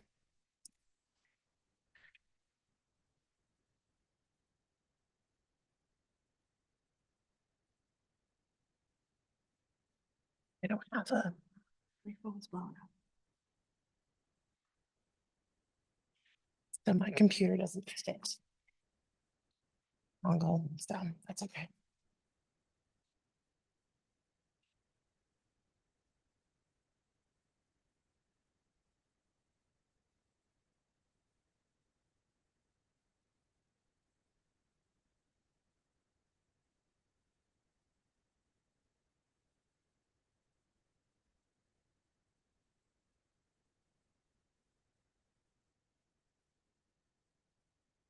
No, it's just the down. Yep, no. Okay. That's all right. Yeah, no, I don't have the HDMI part. It won't fit, so. All right. You want to share it with me? Yes, correct. That would be great. Yes. Because my computer is not cooperating this. Thank you. Slides are so pretty. Yeah. Yeah, thank you. Yes, so I'm gonna reshare it with you because it won't. It's okay. Thank you. Hey, no problem. It's just NEASC accreditation. Got it. So what we'll be reviewing this evening is our NEASC accreditation for the 2025 school year. It's part of our district's journey. I'm going to be reviewing the process that we went through with that. And as of Sorry, I'm just March, the school district has received their decennial accreditation. Woo! Yes. Great job, Christine. Did all schools at the same time, The which is entire- very, yes, which is the very rare. entire district. Yes. Christine, how does it's not is it present view? Yeah, present. View presentation. View slideshow. Oh, okay. All right, Slideshow. Slideshow is the second one. thanks. Got it. You're welcome. There we go. Thank you. All right. If you- Are you gonna be your clicker or? I can do it. Okay, great. Thank you though very much. Thank you. Okay, so what is NEASC? So to review, NEASC is the New England Association of Schools and Colleges. Their purpose of accreditation is to assess, support, and promote high quality education with a focus on establishing and maintaining those high standards. So really looking for educational excellence. And they do this by a variety of ways. So look for these 5 standards: learning culture, student learning, professional practices, learning support, and learning resources. So the process for our decennial visit, and as Heather mentioned earlier, we actually didn't do one school or just our high school. We actually did our entire district through this process. So the visiting team spends several days at each of the schools. They observe classrooms, they interview all stakeholders. So they have student interviews, teacher interviews, parent interviews, school board member interviews, and they assess whether the school meets those standards or not. And then the committee provides feedback. They actually even look at student work, obviously with no names on student papers, but they look at student work. They look at how the teachers assess students. They go into classrooms. They ask kids what they're doing. How do they feel about school? What's going on in their classroom? And then the visiting committee submits a formal report detailing their findings, their commendations, what we're doing well, and then how we can improve as a school district. And then the school receives this report and responds with like an action plan. And then there's a follow-up. So what I can tell you is this. So as a district, our strengths are a positive learning environment, that students and staff care about one another, and they're providing a social and emotional environment for students. There's a development of a strategic plan for the district that involved all stakeholders in that process. And then it's looking at that process for change. Like, what are we doing to change the things that we know and we've identified as issues? And then they're looking for that as in the improvement plans. And then looking at those scheduled intervention times in each building to support those students, the understanding by design format that we had in regards to our curriculum, all of those pieces. So in regards to curriculum and instruction enhancements, the district and staff's massive efforts to develop a consistent curriculum document for all subject areas in all of our schools. Implementing research-based programs to enhance student learning, especially in the areas of reading and mathematics. The use of professional learning communities to enhance the teacher collaboration, our data analysis, and our best practice to facilitate student learning. And the use of walkthroughs, which is done by administrators, to ensure written and taught learned curricula are aligned. The district also has a commitment to implementing new research-based programs, and that is in regards to literacy and mathematics, especially at the K-5 level and the 6-12 level for mathematics. Targeted focus on professional development to support implementation of new programs. And this is where we bring in experts and we have coaches. We actually have a coach for our CKLA Amplify Reading Program tomorrow for K-5, actually at Memorial, So at Memorial for 3-5. And the coach is going to do lessons. The teachers are going to observe lessons, and the coach actually observes teachers doing lessons, and then they meet to discuss what they've seen and then how we can then promote that learning moving forward. So the implementation of flexible learning times, what I need blocks, that's where we cover intervention come in. And then the increase of the annual workshop funds. It was part of the CBA that all of you worked very hard on to make sure the teachers had extra professional development money and what would fit their needs, whether they were a kindergarten teacher all the way to someone who's teaching physics. And then the targeted professional development to foster continuous improvement to support those new programs and all the learning that needs to take place as we move forward. So our professional learning communities, establishing collaborative teams in each school, time provided for staff to engage in PLCs. That time that we've put on outside of the school day, targeted professional development to foster continuous improvement and support of those programs, the professional development, again, around implementation of those pieces, and then how that we can align those to common grade level math and literacy goals to make data-driven decisions in order to promote those tier 1 learning pieces. So our assessment and feedback, clear measurable criteria for assessments, the use of rubrics for summative evaluations, opportunities for revision and improvement. So when students make a mistake, they know what they need to do to fix that, and then they can move forward. So it's not just wrong and the teacher moves forward. They have an opportunity to then make those corrections and learn from them. And then being able to provide consistent and meaningful feedback in most classes, especially in regards to what the teachers are handing back to the students. Staff development and retention. And this is where they really looked at our recruiting and retaining of staff and our mentor and mentee program. And then looking at how former mentees are now becoming mentors and emerging leaders. And then they noted the positive relationships between the mentors and the mentees. Our goals moving forward. So what we're really looking at is the portrait of the graduate. They looked at our portrait of the graduate and they made the determination that it really doesn't or no longer really truly reflects everything that the district's doing moving forward, in particular with grading and reporting. So they're looking us to tweak and really refine those current portrait of the graduate pieces that are really located on the right-hand side of the portrait of the graduate. and looking at engaging all stakeholders again, and really how it could be embedded into the curriculum and into the school culture, and how we plan to measure and monitor that progress. So that's what they gave us to work on. But we met all the other standards. That is it. Any questions? I just want to take a moment to thank, is Jen still here?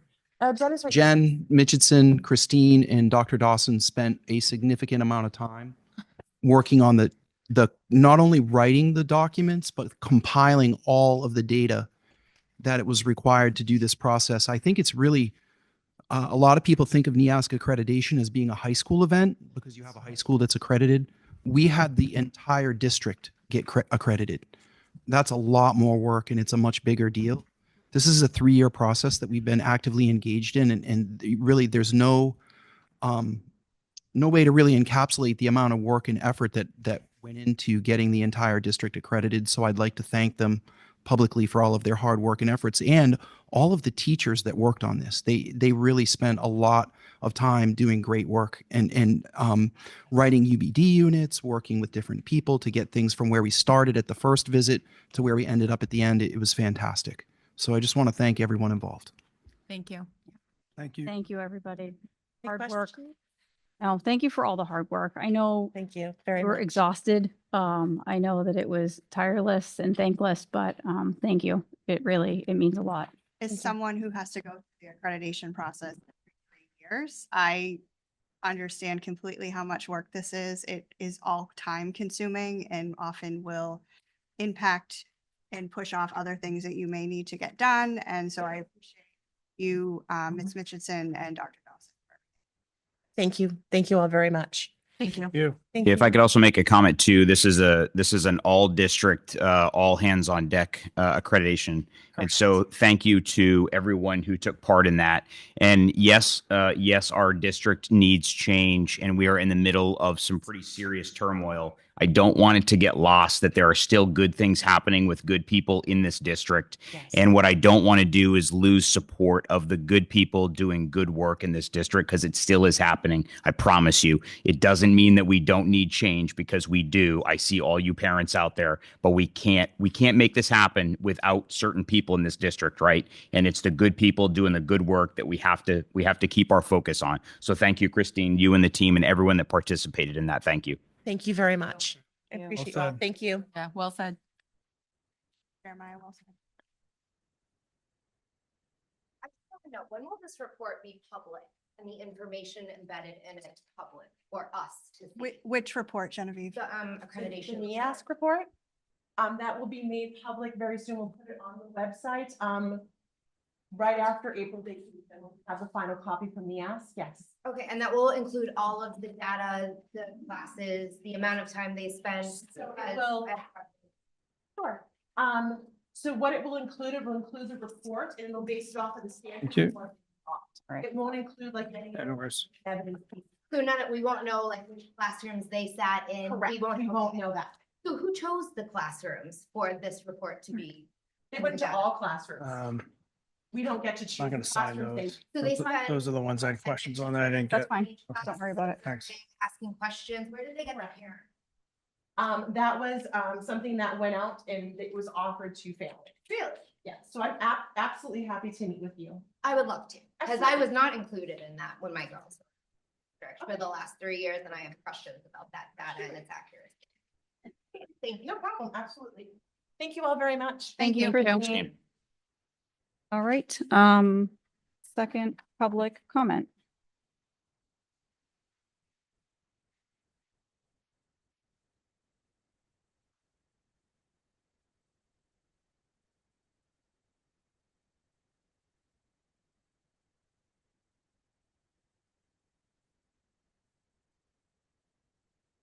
All right. In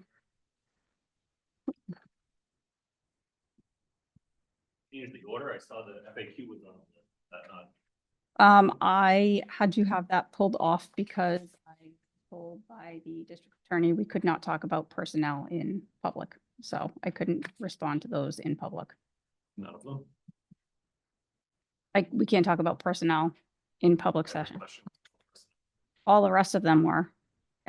So published on the SAU website under the school board section in the past meeting minutes. 2025 is linked the answers to the FAQ questions that I could answer that did not talk about personnel. Okay. I was really hoping to hear the board discuss some of this because we got woefully inadequate responses. And I assume it's just from one person, not the whole board.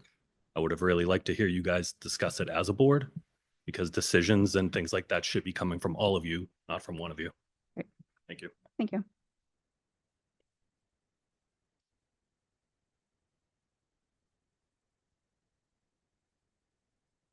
Just a point of order.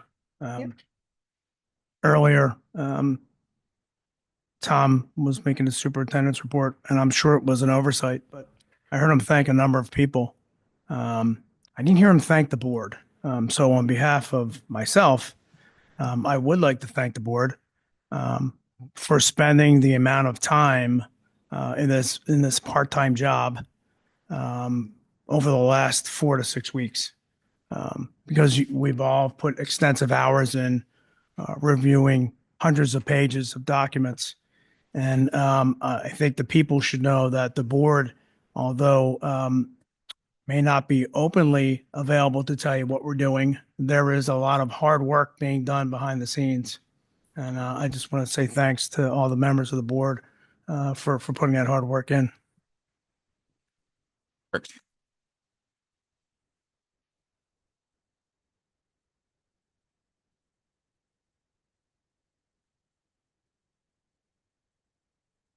Hi, Christy Sanchez, Kingston. I'm out of breath. I just was watching online and flew over here because I want everyone to know that the issues that people have been bringing up with Mr. Ambrose have only been brought up the past couple of years. But I have situations that we had all the way dating back to 2017 when my son was here. And my son went through significant issues. And I brought it to the school board. And I had a private school board meeting, which did not go in my favor. So when I announced my decision to go to the state, because there's a process, you have certain days to do that, I elected to go to the state. I was then contacted by the school attorney who wanted to come to an agreement. And part of that agreement was that should my kids, I have one who graduated, one in high school and one in Bakey, should my kids ever have intervention with the superintendent, they would ensure that it would not be with Mr. Ambrose. So I think that speaks volumes, just getting that from the school attorney, that there were clearly issues, that they would provide me that in writing. I'm happy to provide to anyone in writing that that was part of the agreement for my son to return back to the school. I'm not going to get into the reason because obviously that would take far much longer than 3 minutes. But I just want to make sure everybody here and everybody on the new board, since you weren't on the board in 2017, are very much aware that these issues have been going on since then. The only person in this building, when my son went through more than one issue, was Mr. Stack. And when him and the whole administration left all at once, that should have spoke volumes to everybody in this district, because you don't lose your entire team in one swoop unless it's leadership. And every single one of us that has a job that works in a business knows that. It all starts with the leadership. And if I mess up enough that my company is in danger, is it just me that goes? Or does my boss, who oversaw me, and he makes it very clear that he is the oversight and he decided to release all the teachers.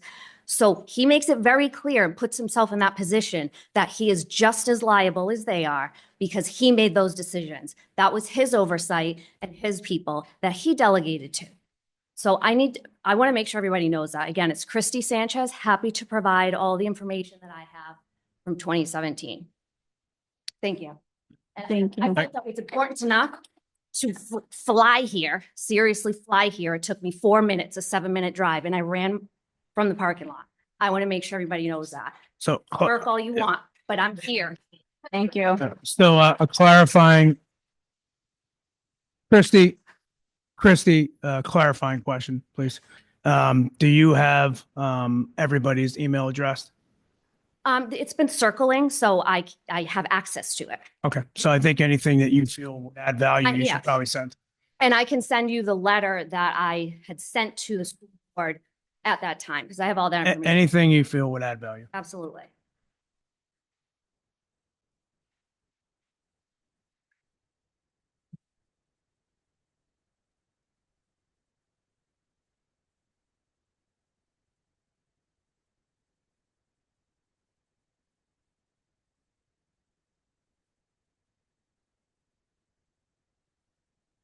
All right, if there are no further comments, the next, Sorry, I have a lot of questions. It's why I'm really, really good at my.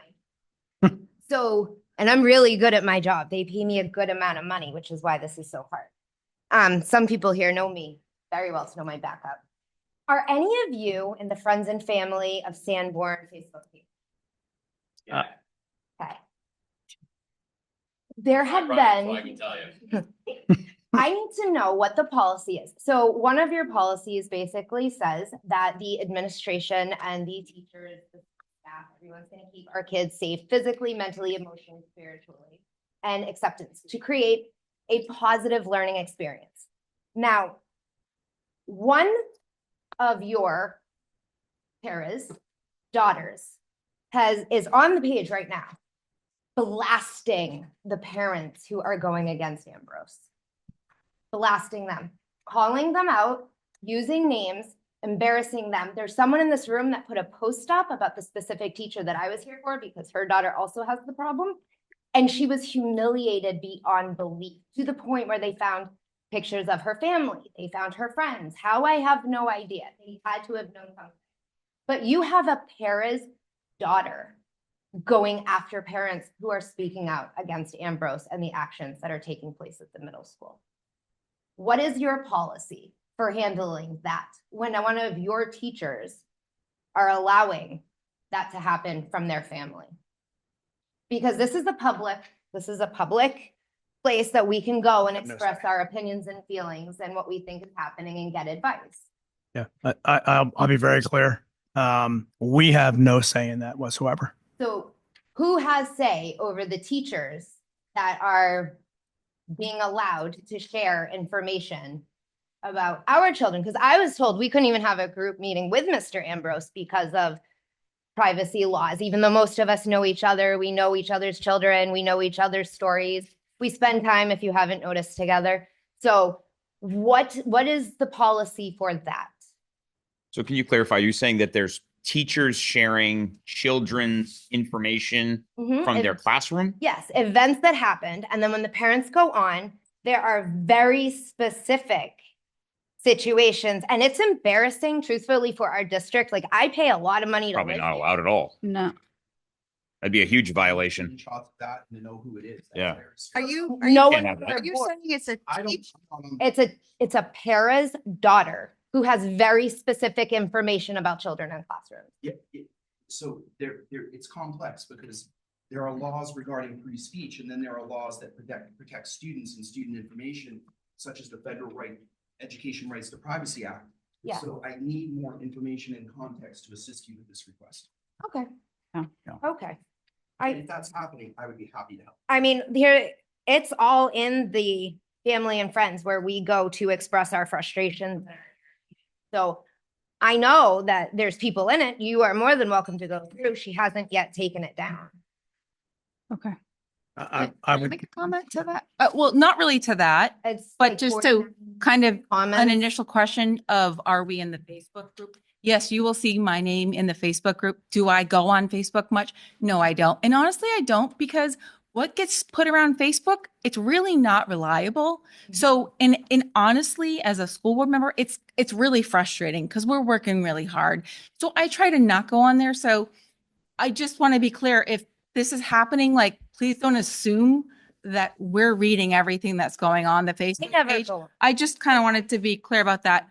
And another thing too about meeting with the superintendent, you're saying that he won't meet with people?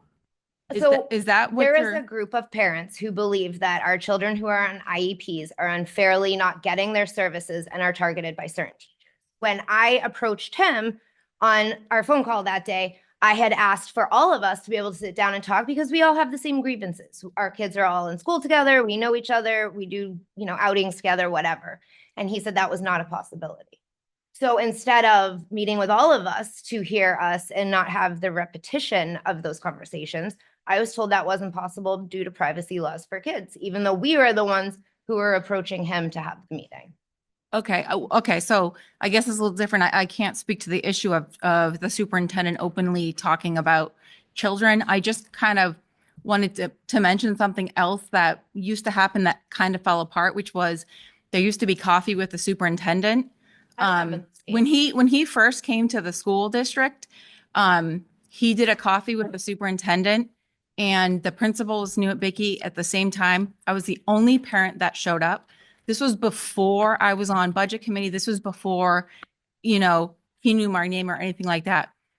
The group happened. It kind of got passed around to other people. A lot of us are now currently on the board, so we can't run that anymore. And last I knew, and I'm sorry if something has happened since then, but I do know as of a couple of years ago, they were looking for somebody You are correct. to take over it because a lot of us were now on the board. So again, I can't speak to that privately, but I would also say to people that if there's somebody out there who wants to get the coffee with the superintendent back up and running again, I do think that was very helpful for me. That was kind of how I got involved. So that's just. Remember, I did go to some of the coffees. I believe at one point, that's when I met you. Yeah. But most of us that went were volunteers and we read in classrooms or we did after school items or we worked the dances. We did other things. The Halloween event was a big one at Bakey. We ran papers in between classrooms when Mr. Snyder was still there. That was when my daughters were in kindergarten. I do remember those events, but you can only push people so long to work in a place where it is not a good environment for everyone. Yeah. And I guess I think there's communication is a huge problem. And like I said, that's why I don't communicate on Facebook via email. If you want to call me, my phone number is on the SAU website. I don't like doing things via email, text. Like, let's have a personal conversation one-on-one, and I'm happy to do that with anyone at any time. And I just want, I guess, throw out a suggestion that we get the communication open where parents who are not necessarily on the school board feel a little bit more freely to speak with the superintendent, because I again, before I was even on budget committee, I found that he was more than willing to try to meet parents. So listen, I'm not making right of whatever's going on at Bakey. But I just want to throw out that idea that, if some parents want to get the coffee with superintendent going again, I don't want to speak for him, but he had told me several times before that somebody, he's willing to do it, but there wasn't a parent who was willing to take it on. We ran 2 events last year and no one showed up. One time, a couple people showed up. I think Jeremiah came with one. And then the second time, we had 1 parent. Happy to do it. I will speak for myself. I am not on any of the parent pages. I removed myself as soon as actually the night I was elected the first time, I removed myself so I could remain unbiased. I don't want to be infiltrated by rumors and spin and things on Facebook. So the same with Maura, like people know how to reach me, my phone number, my email. But I find Facebook to be unproductive for a lot of these conversations. Yep. And I'm also not on any of those. However, I've been on the board for 2 years now, and I have been reached out in the past 1 month more than anything else. Nobody reached out at all. And in the past month, I've gotten emails. So we can only use the information that we're given, and we don't have carte blanche access. Everyone, and I thought this. I sat in these seats right here for a year before I ran for school board, and I sat by myself for a year as a parent new to this community. And I sat there and I was like, what the hell is going on here? Why aren't people involved? What's going on in the school? I want to know what's going on in the school. And so that's why I sat here. And I didn't really know how the process worked. We do not, as school board members, have carte blanche access into the schools. I can't just walk in and say, hey, I'm a school board member. We are often reminded that we are no better than a regular parent. We are often reminded that. Outside of this meeting, we are no different than any other parent. And we are often reminded of that. Well, we expect all of you Okay. to act on our behalf. I get you, but outside of this meeting, we do not have that ability to do that. So without you parents giving us information to act with, we have nothing. I can't be any more clear than that. And I Thank guess, you. oddly enough, that's a great point, because oddly enough, we're asked to do a lot of work when we're not in these meetings. It comes from all levels of the administration. So I think there was a long time that people enjoyed volunteering. And then the community breakdown began to happen. And it's no longer a community based for those of us, because there used to be, just in my daughter's groups, there was about 20 kids. They're all still friends, every single one of them. And most of the parents, we've spent picnics together, barbecues together. We've been to each other's homes. We don't do the same things anymore, but some of us also have day jobs now. Some of us don't have a choice because we have to pay for our kids to go to school elsewhere, or we have to pay for our kids' education when we live in a town that we should respectfully be able to go to under FAPE and get the education our kids need. So now when I am looking on Facebook, which I don't like, and I see a para, her daughter is trashing other parents who were just in this room and have already left. I need to understand the policy on how do you discipline the teachers that you have. You have to understand that that's very complicated, and I need the posts to see it. I'll get you all. Because I would address what I can, but you have to remember that it's a complicated intersection between freedom of speech and straight libel. Well, and that is the line that you have to figure out. And so I would need to see it to help, and I would be happy to. I'm happy to put all of those. All of you are going to get a tremendous amount of emails from me. I apologize in advance. Thank you. But a lot of parents are afraid of what the backlash that could happen to them. I've already experienced the worst of this all. I lost my daughter for 5 days because of a very blatant lie, because my daughter has the comprehension of a second grader in the 7th grade. She was very easily led to say things that were not true. Thank you. So I'm on the teacher side and I'm also on the parent side. But I've said it before in the past, when bad things happen at school, they do not ask, where was the teacher? Where was the superintendent? Where was the school board? They ask, where was the mother and why didn't she fix it? They say, where was the father and why didn't he fix it? So all of us are now on the defense. So on everyone's behest, I am asking y'all to really take a look one final time at what the parents of these kids are saying, because there is no way you can only get this many people and those who couldn't be here in a room unless there was a problem. I think one child is too much. And that is why we were all here tonight. And that's why I have all the questions. Just one clarifying question. Sure. You said, and I wrote it down, fear of backlash. Yeah. And can you explain that to me? So I'm going to give you a very brief scenario of what happened. I pulled my daughters out of school because of the issues that I had with a very specific teacher. No other teacher. I had a phone conversation, which I forwarded you the follow-up email with all of the information. And I was supposed to bring them back that Monday. Between that Thursday and Monday, DCYF was called and met my children at school. My children were interviewed. One of them is on an IEP and has to have speech with her in order for her to understand basic words. The difference between a scar and a bruise, she does not understand. She doesn't understand the difference between sunset and sundown. She does not understand basic words. You have to talk to her like she's a second grader. She's brilliant, very smart, but low comprehension.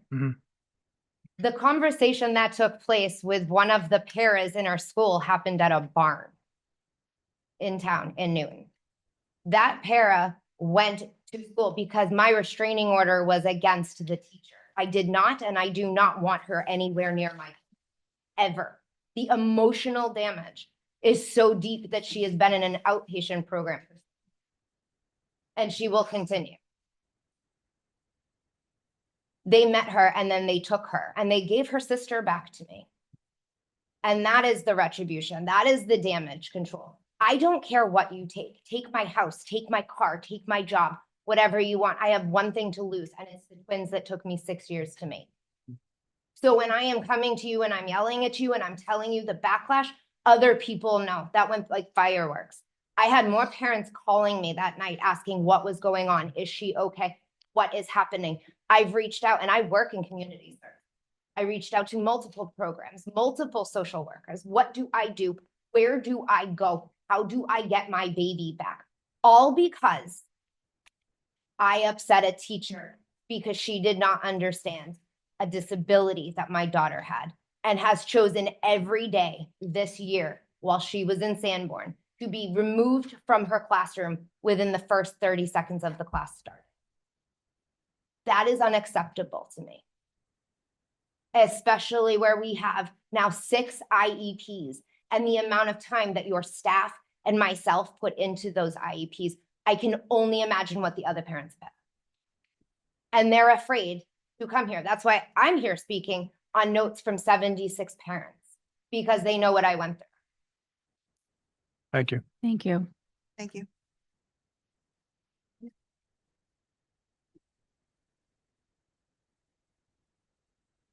Okay, I promise I'm not going to cry this time.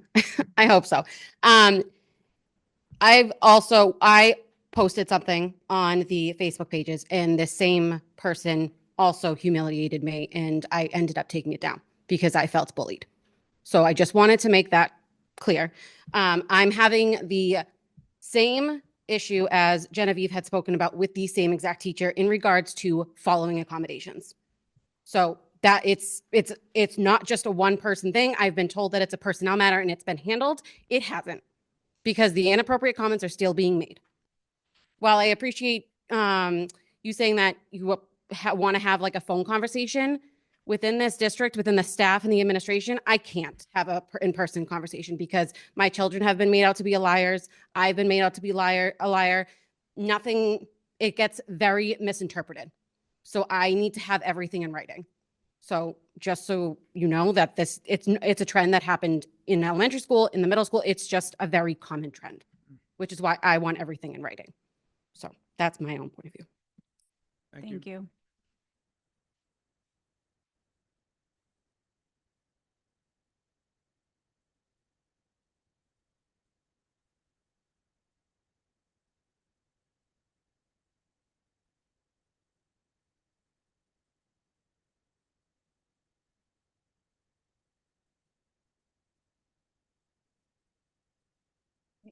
If there is no further public comment, the next meeting of the Sanborn Regional School Board will be a joint meeting held with Fremont School Board on Wednesday, May 14th, 2025 at 6 p.m. right here in the library at the Sanborn Regional High School. And since we are not holding a non-public tonight, the meeting is adjourned.